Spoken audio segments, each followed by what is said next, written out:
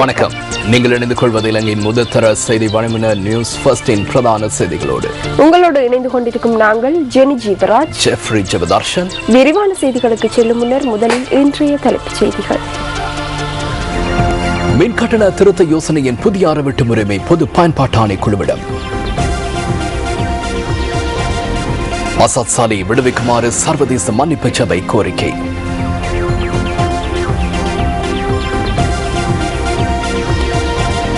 இறக்குமதி செய்யப்படுகின்ற உருளைக்கிழங்கிற்கான வரி அதிகரிப்பு. இன்றிரவு பலத்த காற்றுடன் மின்னல், வளிமண்டலவியல் திணைக்களம் எதிர்வு கூறல். மின்னல் தாக்கம் தொடர்பில் அவதானத்துடன் இருக்குமாறு பொதுமக்களிடம் வேண்டுகோள். தமது பதவிக்காலத்தை நிறைவு செய்யவுள்ள இலங்கைக்கான இந்திய உயர்ஸ்தானிகர் அசோக் கே காந்தா மற்றும் அவரது பாரியார் ஆகியோர் இன்று ஜனாதிபதி மஹிந்த ராஜபக்சவை சந்தித்தனர். இந்த சந்திப்பு அலரி மாளிகையில் இன்று காலை இடம்பெற்றது. இதன்போது இந்திய உயர்ஸ்தானிகரும் ஜனாதிபதி உள்ளிட்ட குழுவினரும் இருதரப்பு மற்றும் பிராந்திய ரீதியிலான முக்கிய விடயங்கள் குறித்து கலந்துரையாடியுள்ளனர்.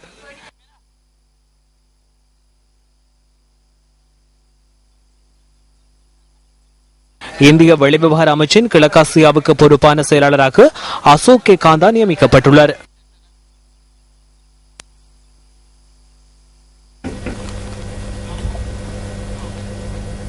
ஜனாதிபதி அறிவித்தமைக்கு அமைய மின்சார கட்டணத்தில் திருத்தம் மேற்கொள்ளப்படுவதற்கான புதிய கட்டண அறவீட்டு முறைமை பொது பயன்பாட்டு ஆணைக்குழுவின் கவனத்திற்கு சமர்ப்பித்துள்ளதாக மின்சக்தி மற்றும் எரிசக்தி அமைச்சு குறிப்பிடுகின்றது.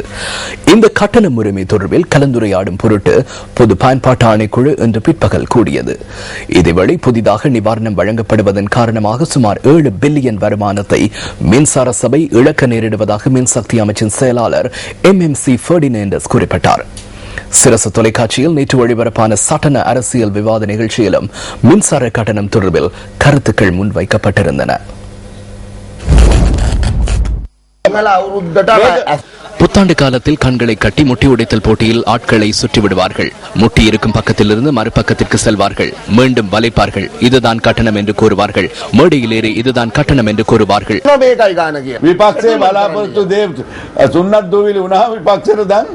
எதிர்க்கட்சி எதிர்பார்த்தவை இல்லாது போகும்போது எதிர்க்கட்சியினர் குழம்பி போயுள்ளனர். மெழுகுவர்த்தி ஏற்றினார்கள், சுடர் எரியூட்டினார்கள்.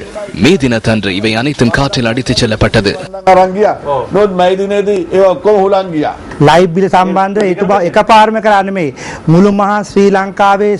ஒரே தடவையில் மின் கட்டணத்தை குறைக்கவில்லை. மக்கள் வீதிக்கு இறங்கினர், போராட்டம் நடத்தினார்கள், மெழுகுவர்த்தி ஏந்தினார்கள்.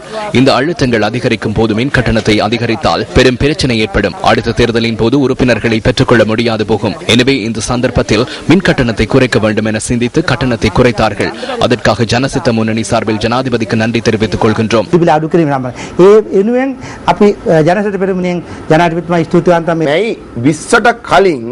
மே 20ஆம் தேதிக்கு முன்னர் இதை இல்லாது செய்யுங்கள். அதன் பின்னர் இதை எவ்வாறு செய்ய முடியும் என்பதை நாம் கலந்துரையாடுவோம். இதுவேளை மின்சார கட்டணத்தை குறைக்குமாறு வலியுறுத்தி புத்தளம் ஆனமடுவு பகுதியில் மக்கள் மன்றாட்டத்தில் ஈடுபட்டனர். பாராளுமன்ற உறுப்பினர் பாலித்தராங்கே பண்டார உள்ளிட்ட பலர் இந்த மன்றாட்ட நிகழ்வில் கலந்து கொண்டிருந்தனர். මේක 160ක් වාඩි කරලා තියෙනවා ආතුමෝ දෙවියනේ අන්‍යාකාරණය මේ රජවරුන්ට කරුණාව පහල කරවලා අන්‍යාකාරණයක තිබ්බ ඉදිරියටම ලබා දෙන්න කියලා මේ නරකැත්තෝ කියනවා ගමේ තියෙන කතාවක්. கொம்பு கொடுத்து கிராமத்தையே எழுதி கொண்டதாக கிராமத்து பழமொழி ஒன்று உள்ளது. அவ்வாறு இந்த விடயத்திலும் அரசாங்கம் செயற்பட்டுள்ளது.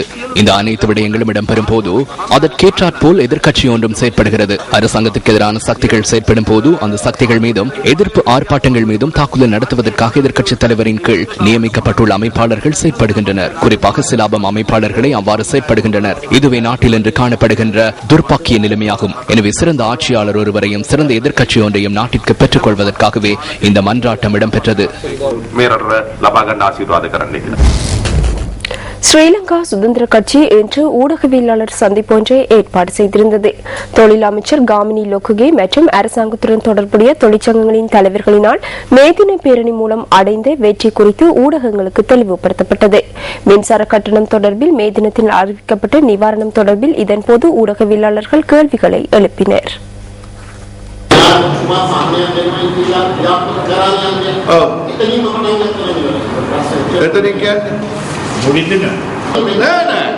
යමක් ක්‍රියාත්මක කරන්න ගියාම තමයි ඒකේ තියෙන අඩුපාඩුව නැත්නම් ජනතාවට තියෙන බර දැනෙන්නේ.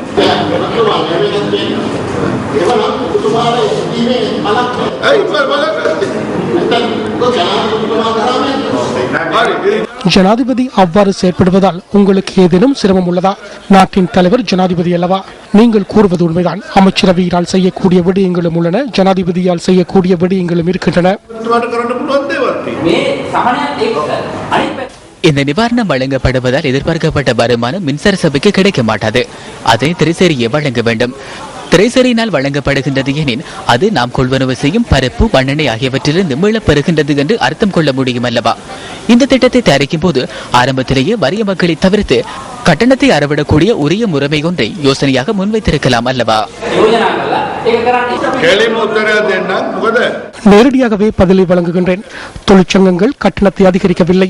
மின்சார சபையினால் அதிகரிக்கப்பட்டதை அடுத்து இந்த அதிகரிப்பினால் எந்த அளவிற்கு சுமை ஏற்படும் என்பதை தொழிற்சங்கங்களாலும் நாட்டு மக்களாலும் உணர முடிந்தது. அதனை குறைப்பதற்கான பேச்சுவார்த்தைகளை நடத்துவதும் ஜனாதிபதியின் கவனத்துக்கு கொண்டு வருவதும் அவர்களது பொறுப்பாகும்.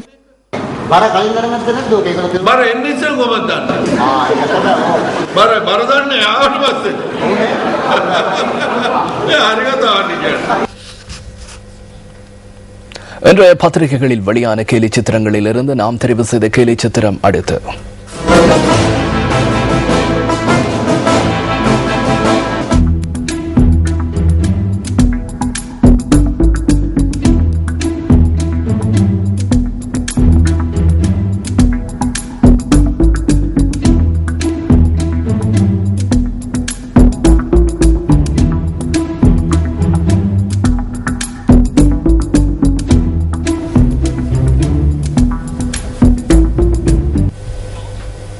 தமது வாழ்க்கையை மேம்படுத்தும் பொருட்டு மக்கள் பல்வேறு தொழில்களை முன்னெடுத்து வருகின்றார்கள்.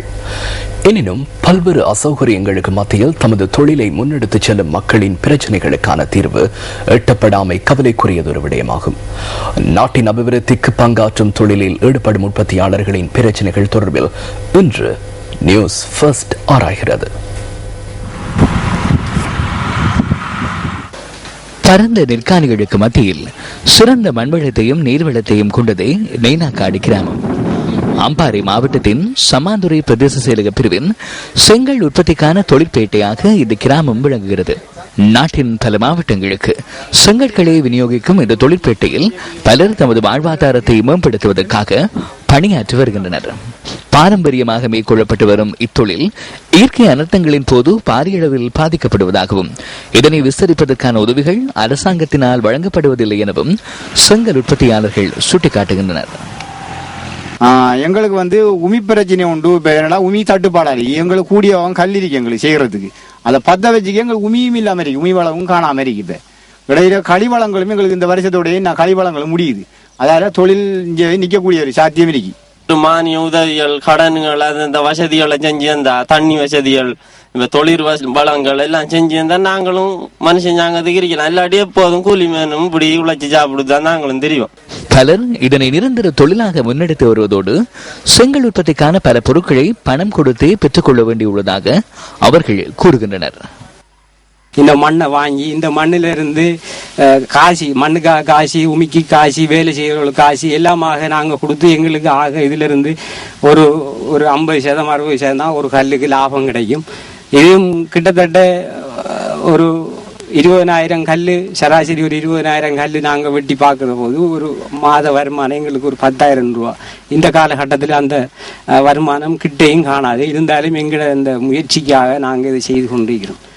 செங்கல் உற்பத்தியானது பல்வேறு பிரச்சனைகளுக்கு மத்தியில் முன்னெடுக்கப்பட்டாலும் செங்கல் சுடும்போது கச்சூளையில் இருந்து வெளியேறும் புகை இப்பகுதியில் வாழும் மக்களின் சுகாதாரத்துக்கு பாதிப்பாக அமைந்துள்ளமை கவலைக்குரிய விடயமாகும். அதாவது கோடை காலத்திலே மிகவும் புழுதிகளை கொண்டு அந்த பாடசாலை கொண்டு வருகின்றது. அதே போன்று மாணவர்களின் கண்கள் பாதிக்கப்படுகின்றன. அந்த வாடிகளை வேறு இடத்துகளுக்கு எடுத்து சென்றால் மிகவும் இந்த பாடசாலை மாணவர்கள் கல்வியை கற்பதற்கு மிகவும் உறுதுணையாக இருக்கும். பிரச்சனைகளுக்கு தீர்வினை பெற்று தந்து இந்த தொழிலை விசாரிப்பதற்கு உதவிகளை வழங்க வேண்டும் என்பது நெய்னாக்காடு கிராம செங்கல் உற்பத்தியாளர்களின் எதிர்பார்ப்பாக உள்ளது. நியூஸ் ஃபர்ஸ்ட், உங்கள் வாழ்க்கை எங்கள் செய்தி. சர்வதேச ஊடக சுதந்திர தினம் இன்று அனுஷ்டிக்கப்படுகின்றது. கருத்து சுதந்திரம், அனைத்து ஊடகங்களினதும் கருத்து வெளிப்பாட்டிற்கான உரிமையை உறுதி செய்தல் என்பதே இம்முறை சர்வதேச ஊடக சுதந்திர தினத்தின் தொனிப்பொருளாகும். 1993 ஆண்டு இடம்பெற்ற ஐக்கிய நாடுகள் பொதுச்சபை கூட்டத்தின் போது ஒவ்வொரு வருடமும் மே மாதம் 3ஆம் தேதி சர்வதேச சுதந்திர ஊடக தினம் அனுஷ்டிக்கப்படுவதாக அறிவிக்கப்பட்டது. உலகளாவிய ரீதியில் ஊடகவியலாளர்கள் மீதான அச்சுறுத்தல்கள் மற்றும் அடக்குமுறைகளின் அதிகரிப்பை அடுத்து இந்த தீர்மானம் எட்டப்பட்டிருந்தது. கடந்த ஒரு தசாப்த கால பகுதியில் சுமார் 600 ஊடகவியலாளர்கள் கொல்லப்பட்டுள்ளதோடு அவற்றில் பல வன்முறையுடன் கூடிய சூழ்நிலையில் இடம்பெற்றவை என்பதை ஐக்கிய நாடுகள் சபையின் அவதானிப்புகள் குறிப்பிடுகின்றன. உலகெங்கிலும் உள்ள பல ஊடகவியலாளர்கள் அச்சத்துடனேயே தமது தொழிலில் ஈடுபடுவதாக ஐக்கிய நாடுகள் சபை கருதுகிறது. ஊடகவியலாளர்களின் சுதந்திரத்திற்காக பங்களிப்பு செய்யும் ஒருவருக்கு வருடாந்தம் யுனெஸ்கோ நிறுவனத்தினால் யுனெஸ்கோ கிலர்மோ கானோ விருது வழங்கப்படுகிறது. போதைப்பொருள் விநியோகத்திற்கு எதிரான நடவடிக்கைகளில் ஈடுபட்டதற்காக 1986 ஆண்டு டிசம்பர் 17ஆம் தேதி புக்கோடோவில் படுகொலை செய்யப்பட்ட கிலர்மோ கானோவின் பெயரால் இந்த விருது வழங்கப்படுகிறது. படுகொலை செய்யப்பட்ட இலங்கையின் பிரபல ஊடகவியலாளரான லசந்த விக்ரமதுங்கவிற்கு 2009ஆம் ஆண்டு கிலர்மோ கானோ விருது வழங்கப்பட்டிருந்தது. சுதந்திரமானதும் காத்திரமானதுமான ஊடக கலாச்சாரம் இலங்கையில் உறுதிப்படுத்தப்பட வேண்டும் என பாராளுமன்ற உறுப்பினரும் பிரஜைகள் முன்னணியின் செயலாளர் நாயகமுமான ஜே ஸ்ரீரங்கா சுட்டிக்காட்டியுள்ளார். சர்வதேச ஊடக சுதந்திர தினத்தை முன்னிட்டு வெளியிட்டுள்ள செய்தியிலேயே பாராளுமன்ற உறுப்பினர் இவ்வாறு கூறியுள்ளார். இலங்கையில் கடந்த காலங்களில் யுத்தத்தின் போர்வையில் ஊடகவியலாளர்கள் பலர் தாக்கப்பட்டதுடன் அவர்களின் குரல் வளைகளும் நசுக்கப்பட்டதாக பாராளுமன்ற உறுப்பினர் ஜே ஸ்ரீரங்கா குறிப்பிட்டுள்ளார்.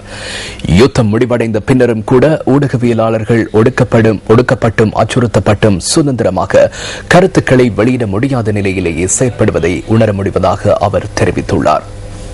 யுத்தம் இடம்பெற்ற காலப்பகுதியில் MTV MBC ஊடக வலையமைப்பு 2 முறை தாக்குதலுக்கு இலக்கானதாகவும் அந்த சம்பவங்களுடன் தொடர்புடைய குற்றவாளிகள் இதுவரை அடையாளம் காணப்படவில்லை என்றும் பிரஜைகள் முன்னணியின் செயலாளர் நாயகம் சுட்டிக்காட்டியுள்ளார்.